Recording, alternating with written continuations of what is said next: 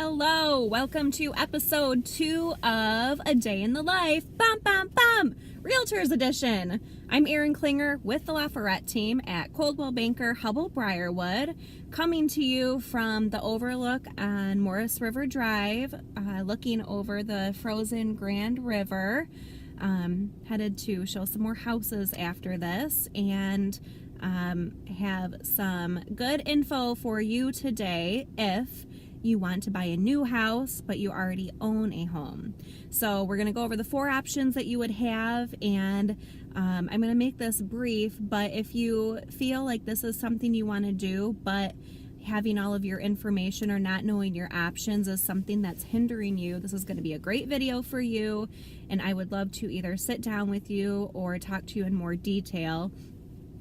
So without further ado, let's go over option number 1. That would be to buy a new home before you sell your current home.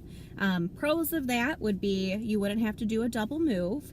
You would have the freedom and pickiness, I guess, to wait for your next home to come on the market.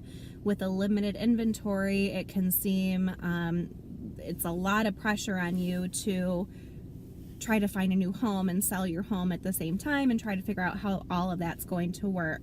The cons of that are you might have a double mortgage payment for a little while, and you might have less to put down up front.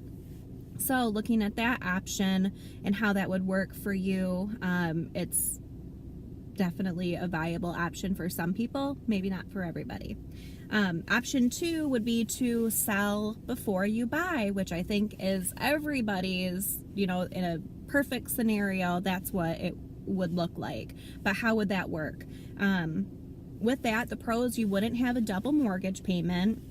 You'll have the profit, hopefully, from your existing home to put into your new home, and you wouldn't have a contingency on your new home when you write the offer.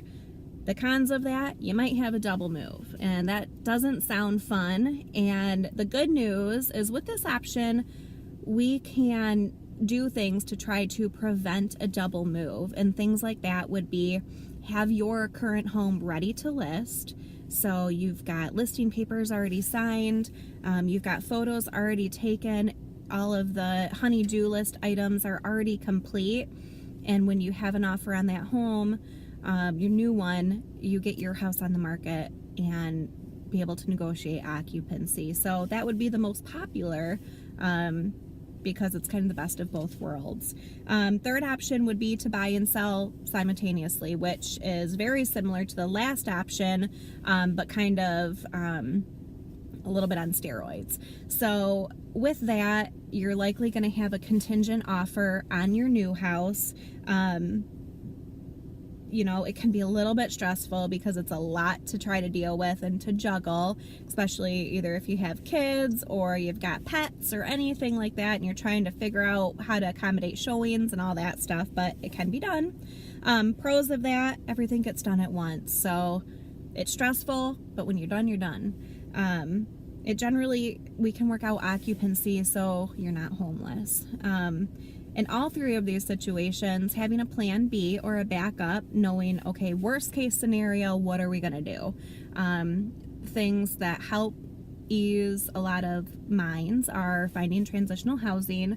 So knowing like, okay, if we have, 2 weeks in between gaining possession of our new house and giving possession of our current house, family or, friends, maybe basements, couch surf, trying to figure that out and knowing all of that up front before you start the process.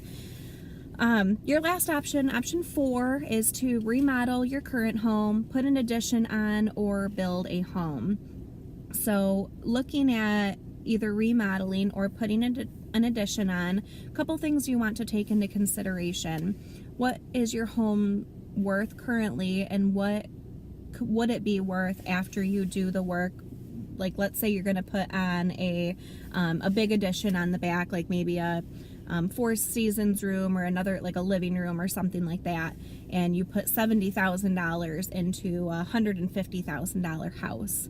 Will you be pricing yourself out of the neighborhood can your neighborhood support it? Or do you live on acreage and, you know, it's your community can support it, everything like that, the price. So those are some things to take into consideration.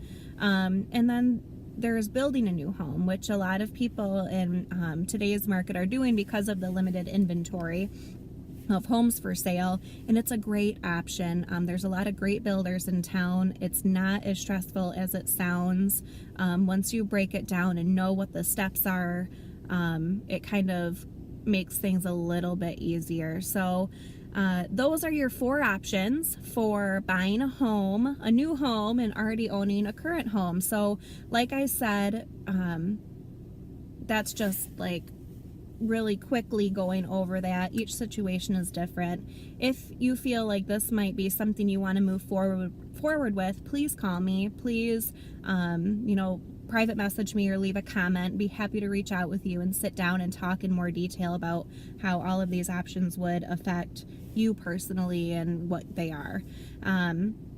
Thank you for everybody that commented on yesterday's video. On Monday, I'm going to post a new video going over all of those answers. And if you have any other questions or things that you want me to clarify, please let me know. I'll make sure to answer all of those and tag you in it, unless you don't want to be in Monday's video. So that's all for today. Thank you. Thank you for watching. I will see you soon. Bye.